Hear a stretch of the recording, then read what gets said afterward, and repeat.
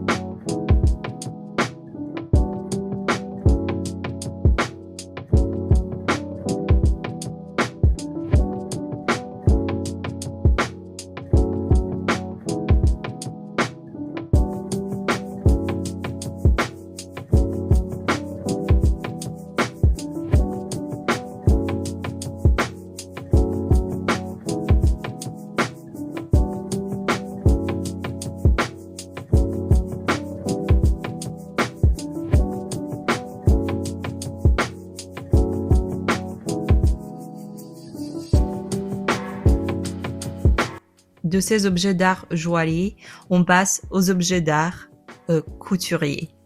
Je vous propose de visiter aussi l'exposition Louvre Couture, objets d'art, objets de mode. La sélection de mode de cette exposition se concentre sur des créations récentes et non pas des artefacts d'un autre siècle. On retrouve des pièces de couture à côté de leurs sources d'inspiration. Ça peut être la salle, ça peut être l'époque ou ça peut être une pièce précise comme par exemple un meuble ou un miroir ou un tableau.